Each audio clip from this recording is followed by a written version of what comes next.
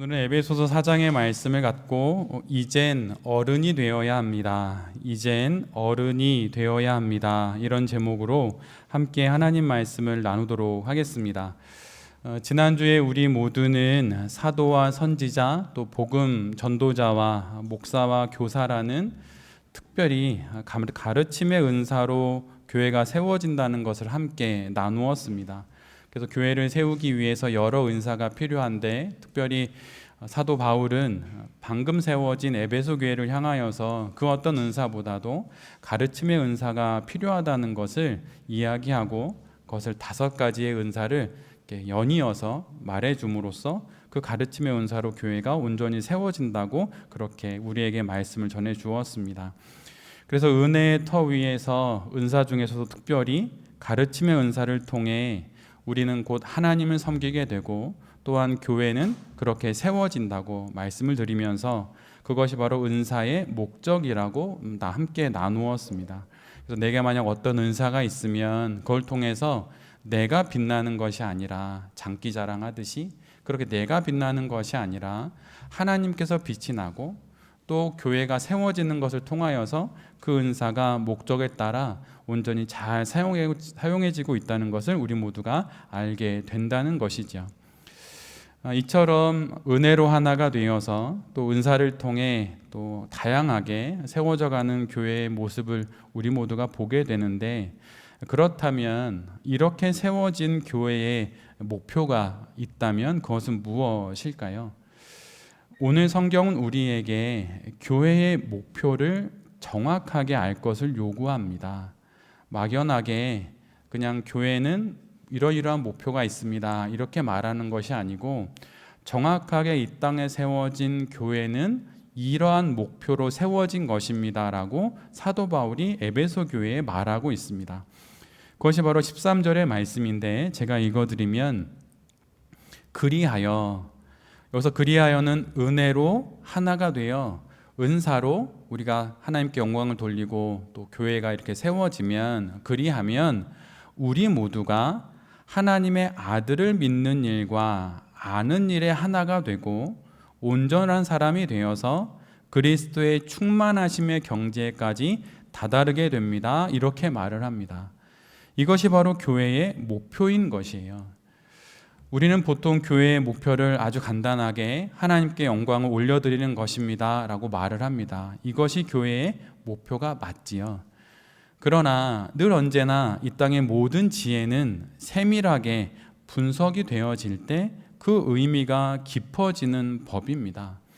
그래서 그 지혜를 아주 곱씹어 보고 또 곱씹어 보면 그 지혜의 참된 가치가 더 많이 밖으로 드러나게 되는 것이지요. 그래서 교회의 목표가 하나님께 영광을 올려드리는 것입니다 라고 말해도 무방하기는 하지만 더 깊게 그 의미를 알게 되면 결국 더 간절하게 이를 이루어 나가게 되는 것입니다. 성경은 우리에게 그래서 교회의 목표를 오늘 우리가 함께 본 13절의 말씀을 갖고 3가지로 말하고 있어요. 먼저 그 3가지를 연이어 읽어드리면, 첫 번째는 하나님의 아들을 믿는 일과 하나님의 아들을 아는 일에 하나가 되는 것입니다. 그리고 두 번째는 온전한 사람이 되는 것이에요. 그리고 세 번째는 그리스도의 충만하심의 경지에까지 다다르는 것, 이것이 바로 교회의 3가지 목표입니다. 성도들의 모임인 교회와 또 그 교회에 속한 성도들에게 부여된 목표가 바로 이 3가지라는 것이에요.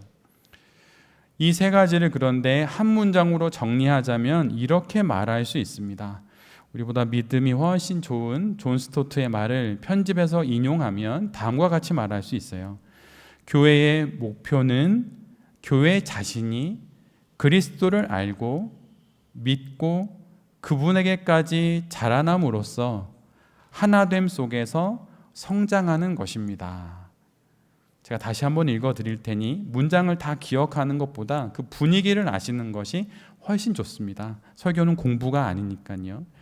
교회의 목표는 교회 자신이 그리스도를 알고 그리스도를 믿고 그분에게까지 자라남으로써 하나됨 속에서 성장하는 것입니다라고 존 스토트는 에베소서의 이 말씀을 이렇게 한 문장으로 정리해 놓고 있습니다.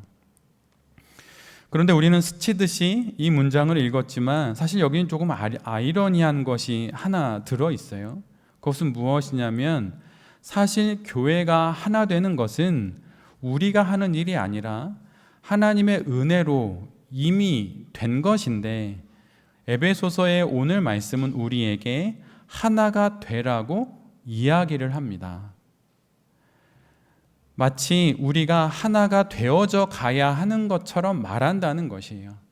앞에서 누누이 말씀드렸지만 교회는 은혜로 이미 하나가 되었고, 하나가 된 그 교회는 다양한 은사를 통해서 세워져 가는 거라고 말씀을 드렸습니다. 그런데 오늘 본문에서 사도 바울은 그렇게 이미 하나가 된 교회를 향하여서 여러분은 하나가 되기 위해서 노력해야 합니다라고 말하고 있다는 것이에요. 그리스도를 알므로써, 그리스도를 믿음으로써, 그리스도와 같이 온전한 사람으로 자람으로써 여러분은 하나가 되어야 합니다라고 말한다는 것입니다. 여러분이 이 말씀을 어떻게 이해하고 받아들일 수가 있으십니까? 이미 하나님께서 하나 되게 하셨는데 우리가 뭔가 더 해야 할 것이 있는 것처럼 말하는 이 말씀은 어떤 의미일까요? 그런데 분명 성경은 우리에게 우리가 하나됨을 위해서 해야 할 일이 있다고 명확하게 말합니다. 어떤 번역본의 성경을 읽어도 또 그 원문을 해석한 여러 주석을 읽어도 분명 성도가 하나됨을 위해서 해야 할 일이 있다고 모두 다 말하고 있어요. 이것을 우리가 어떻게 이해해야 할까요? 근데 사실 이것을 우리는 이미 나름의 방식으로 이해하며 여기까지 신앙생활을 해왔습니다. 그것은 바로 무엇이냐면 구원을 이해하는 방식과 이것은 똑같은 것이에요. 구원은 전적으로 하나님이 하시는 일입니다. 구원을 위해서 우리가 무엇인가 보탤 만한 일은 아무것도 없어요. 그래서 구원은 거저받는 은혜입니다.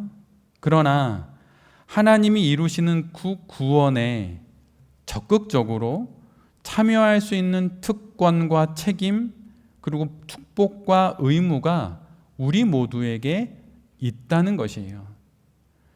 이 부분은 사실 예전에 로마서 설교에서 말씀을 나눈 적이 있습니다. 그 내용을 좀 간략하게 한 서너 문장으로 말씀드리면 이렇게 말씀드릴 수 있어요. 성도의 신앙생활이란 이미 구원을 받았고 현재 구원을 받고 있으며 장차 구원을 받게 된다고 하는 이 세 가지 시간의 내용으로 성경에 기록되어 있습니다. 우리는 구원을 받았습니다라고 말하지만 성경 속에서는 구원을 받는 것에 대해서 이미 구원을 받았고 구원을 받고 있으며 구원을 받을 것입니다라고 말하는 이 세 가지 시간의 시제로 각각 언급하는 말씀이 여러 곳에 다양하게 나옵니다. 그래서 이것을 신학으로 정리해서 우리가 많이 들어왔던 설명처럼 우리는 이미 구원을 받았지만 아직 구원이 완성된 것은 아닙니다 라고 하는 표현을 통해서 신앙생활 가운데 우리가 구원을 위해서 애써야 할 부분이 있는 것으로 우리에게 말씀해주고 있는 것이에요. 이를 오늘 본문의 교회의 하나됨으로 가지고 들어오면 이렇게 말할 수 있어요. 이미 교회는 은혜로 하나가 되었습니다. 여러분이, 우리 모두가 우리 교회의 하나됨을 위해서 무엇인가 보태야 할 것은 없어요. 이미 우리는 하나님의 은혜로 하나가 되었습니다. 그리고 지금 하나가 되고 있고 미래에 하나가 될 것이라는 사실이에요.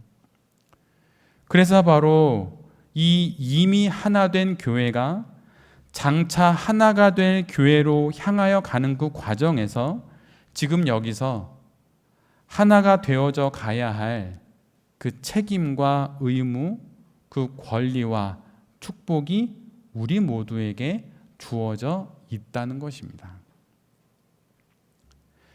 그래서 우리는 은혜로 받은 교회의 하나됨이 지금보다 더 좋은 하나됨이 될 수 있도록 노력해야 하는 것이에요. 그러기에 우리가 지금 이루고 있는 교회의 하나됨의 모습이 우리가 하나님으로부터 받을 수 있는 교회의 하나됨의 은혜의 전부가 아닐 수도 있다는 것이에요. 즉 우리가 앞으로 더 나아가야 할, 말하자면 더 높은 수준의, 더 좋고 더 하나님의 은혜가 충만한 하나됨의 교회의 모습이 있다는 것입니다. 그래서 사실은 교회의 하나됨에는 정도의 차이가 있다는 것이에요. 이해를 좀 더 편하게 하기 위해서 말씀을 드리자면, 어느 교회, 우리 교회보다 훨씬 더 하나님 안에서 은혜로 더 견고하게 하나가 된 교회가 있을 수 있다는 것입니다. 그러기에 우리는 지금 우리의 교회의 모습에서 더 아름답고 견고한 하나됨의 은혜를 누리고 있는 그 교회의 모습을 보며 그 교회처럼 되려고 애를 써야 한다는 것이에요. 그러기에 모든 교회가 그리스도의 몸된 교회이긴 하지만 그 모든 교회가 같은 수준의 교회는 아니라는 것이에요. 사실 성경에서 말하는 많은 지혜들은 이러한 뉘앙스들이 많습니다. 하나님은 무소부재하십니다. 계시지 않은 곳이 없어요. 그러나 여러분, 이 문장을 잘 기억하십시오. 하나님은 모든 곳에 계시지만 아무 곳에나 계신 분은 아니라는 것이에요. 이러한 긴장이 성경 속에는 많이 숨어 있습니다. 그래서 은혜로 하나가 된 교회이지만 이것이 우리가 이루어야 할 교회의 온전한 모습으로 완성된 것은 아니라는 것이에요. 그래서 옛날 조선시대는 사람들을 그 사람의 인품과 인격을 기준으로 넷으로 나누기도 했어요. 평범한 인생을 살아가는 그런 평범한 사람이라고 해서 범인이라고 불렀고, 그 사람보다는 조금 더 깊은 인격을 갖고 살아가는 사람을 그 윗단계인 군자라고 불렀습니다. 그리고 그 군자보다 더 고매한 인품을 위해서 끊임없이 정진하는, 그래서 큰 깨달음이 있는 사람을 대현이라고 불렀고, 가장 고매한 인품으로 한 번뿐인 인생을 살아가는 그 사람을 성인이라고 불렀다는 것이에요. 모든 사람은 하나님의 형상으로 다 존귀하지만 그가 받은 인생을 갖고 살아가는 그의 삶 속에서 그가 어떠한 삶과 인품과 인격으로 정진하며 살아가느냐에 따라 누구는 범인이 되고, 누구는 군자가 되며, 누구는 대현이 되고, 누구는 성인이 된다는 것이에요. 이 말을 따서 그리스도인들을 향하여서도 이렇게 이야기를 합니다. 다른 종교를 가진 그 사람들과 크게 차이가 나지 않는 그리스도인들을 가리켜서 그저 종교인이라고 부릅니다. 그리고 종교인보다 조금 나은 그리스도를 향한 그 신앙을 가진 사람이라고 해서 그를 신자라고 불러요. 구별된 신앙을 가졌다는 것이죠. 그리고 그 신자로서의 삶을 살아가는 그 사람이 한 교회에 속한 교인이 되어서 그렇게 교회 속에서 신앙생활을 할 때 그를 교인이라고 부릅니다. 그리고 그 다음으로 그리스도 예수를 닮아가기 위해 거룩한 길을 걸어가는 그 사람을 가리켜서 성도라고 부르는 것이죠. 그래서 모든 그리스도인들이 다 똑같은 그리스도인은 아니라는 것이에요. 모두 다 하나님이 사랑하시고 하나님의 형상대로 지음받은 분명 귀한 생명이고 귀한 사람이지만 그들이 그 신앙을 갖고 어떠한 신앙의 수준으로 살아가느냐에 따라서 이처럼 분류될 수 있다는 것입니다. 여러분들도 단위에 서 있는 목회자를 보면서 나름 좋은 의미입니다. 나름 평가하지 않나요? 이분은 이 정도, 이 사람은 이 정도, 이 사람은 이 정도, 이분은 이분보다 좀 더 낫고, 이런 평가를 하게 되지요. 근데 그런 평가가 하나님으로부터 우리 모두에게 있다는 것이에요. 교회를 향해서도 있다는 것입니다. 그래서 우리는 지금보다 좀 더 나은, 더 좋은 교회가 되기 위해서 애쓰고 노력해야 한다는 것이에요. 아직 더 성장해야 할 것이 있고, 아직 미진한 부분이 있고, 더 깊은 성숙으로 나아가야 할 책임과 권리와 의무와 축복이 우리 모두에게 있다는 것이에요. 신앙생활을 10년 했든 모태신앙이든 수십 년을 했든 목회자이든 상관이 없습니다. 지금 이 정도의 수준이 우리가 머물러야 할 수준은 결코 아니라는 것이에요. 아직도 가야 할 길이 많이 남아 있다는 것입니다. 이 정도면 됐다고 말할 수 있는 인생이나 교회나 성도나 목회자가 이 땅에 아무도 없다는 것이에요. 그래서 지금보다 더 거룩한 인생을 위해서, 거룩한 교회가 되기 위해서, 더 거룩한 목회자가 되고 성도가 되기 위해서 더 피나는 노력과 열심과 성숙과 성장을 우리 모두가 애써야 한다는 것이에요. 이런 사실을 알고 우리가 몸담고 있는 교회를 봐야 하는 것이고 나의 신앙생활을 되돌아봐야 한다는 것입니다.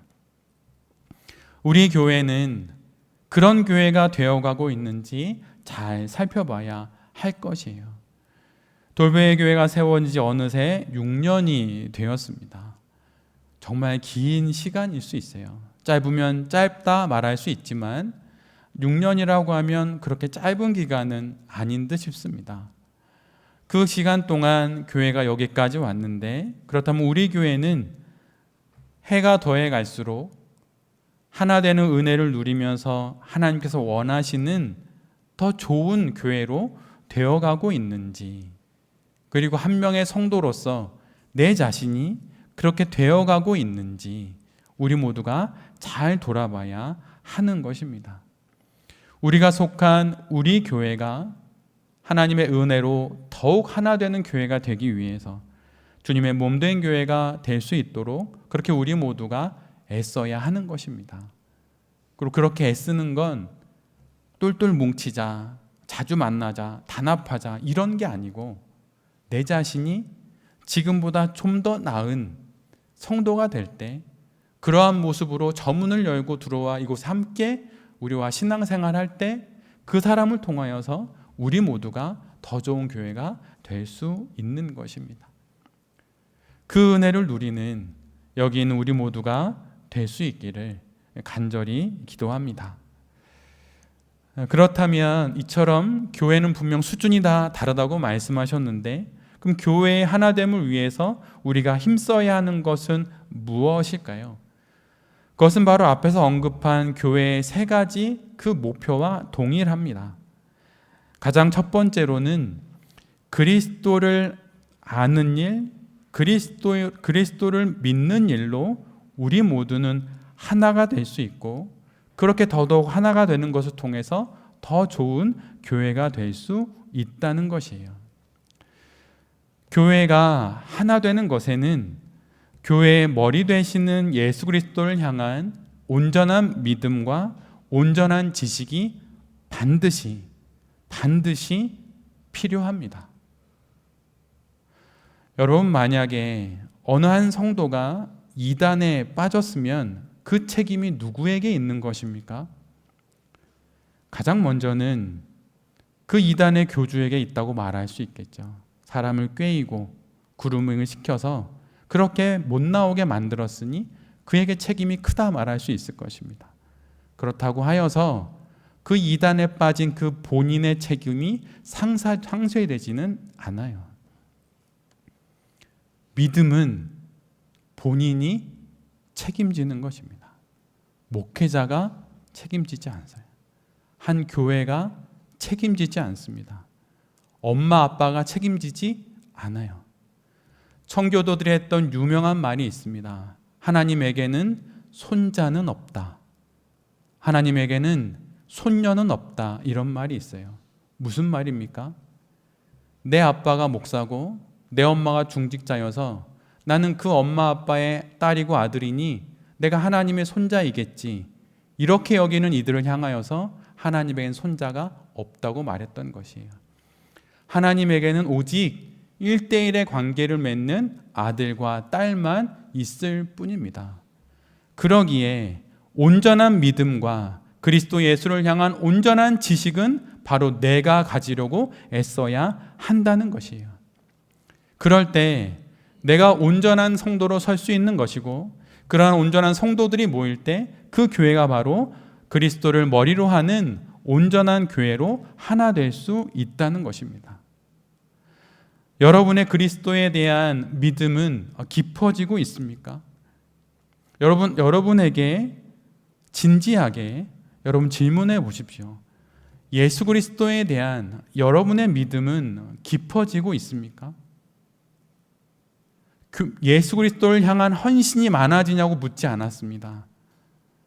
예수 그리스도를 향한 어떤 마음이 많아졌냐고 묻지 않았습니다. 예수 그리스도를 향한 여러분의 믿음은 깊어지고 있냐고 제가 여러분에게 묻는 것이에요. 신앙은 믿음의 싸움이에요. 헌신의 싸움이 아닙니다. 사명의 싸움이 아니에요. 신앙은 단 하나 믿음의 싸움입니다. 믿음이 있으면 승리하는 것이고 믿음이 없으면 지는 것이에요.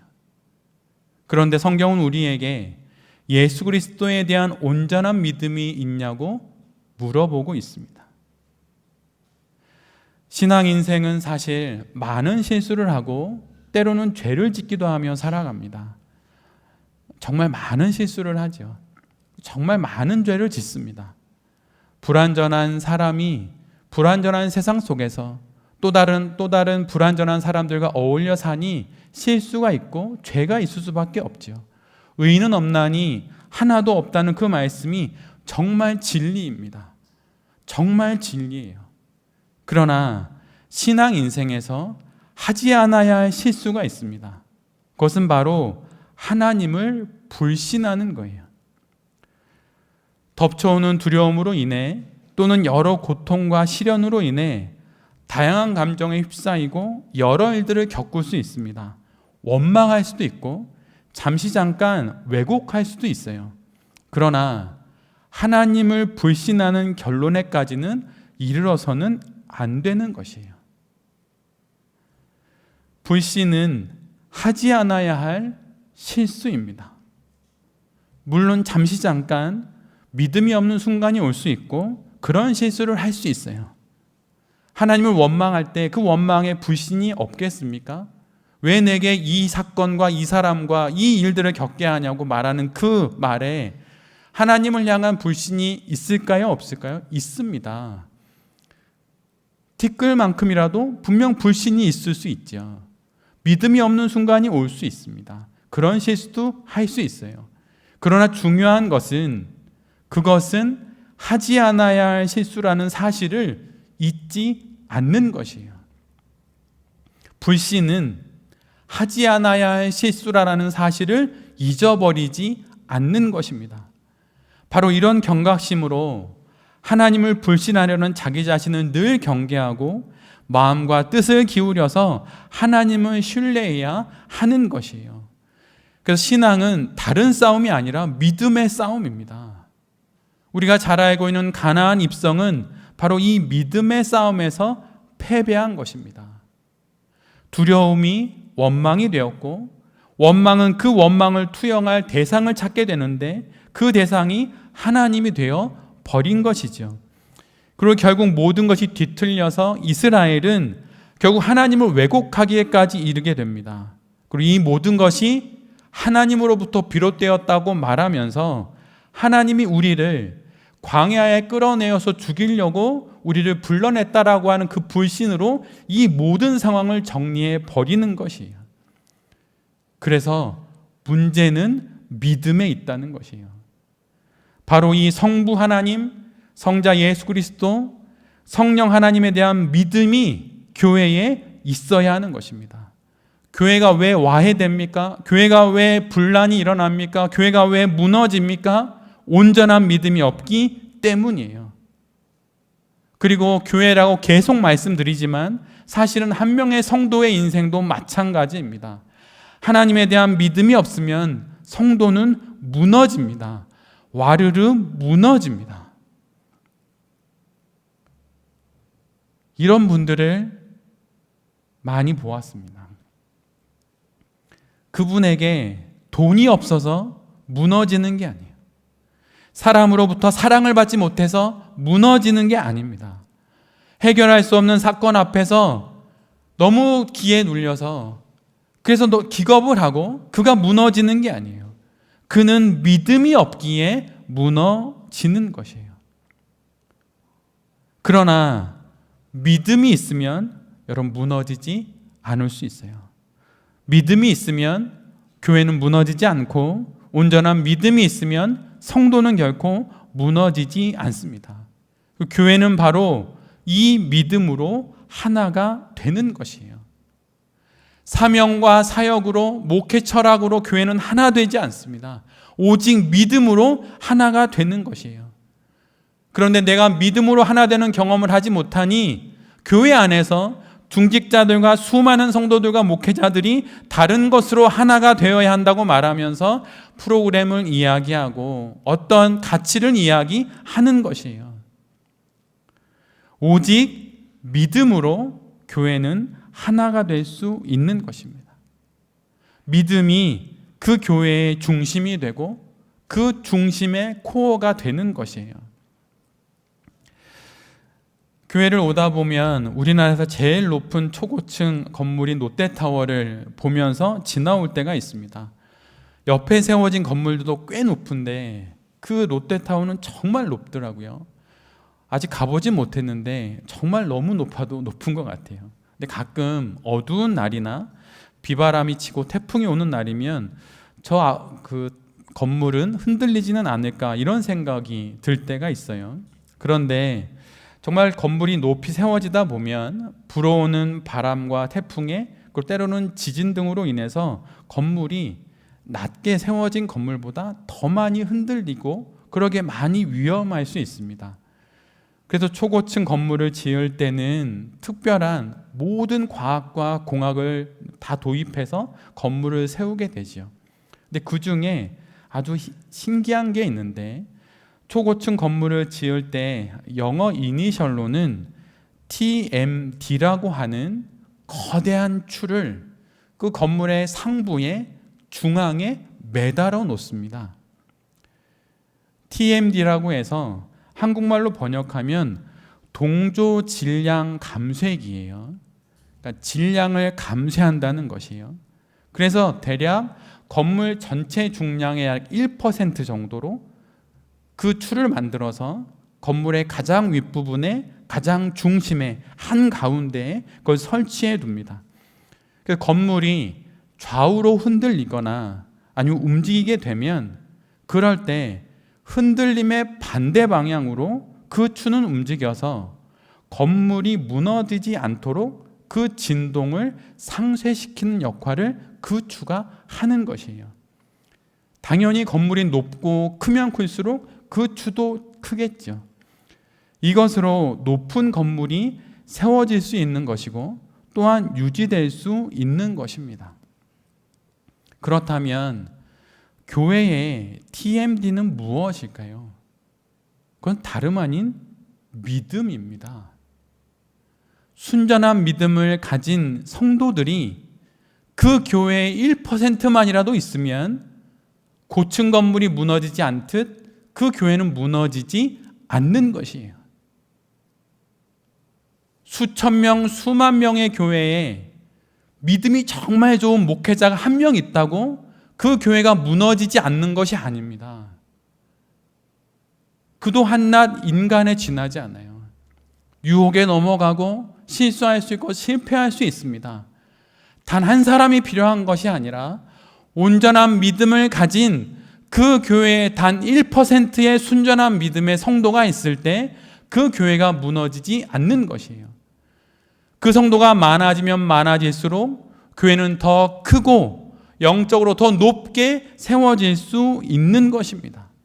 그래서 오늘 에베소서는 우리에게 그 순전한 믿음을 가진 성도냐고 우리 모두에게 묻는 것이에요.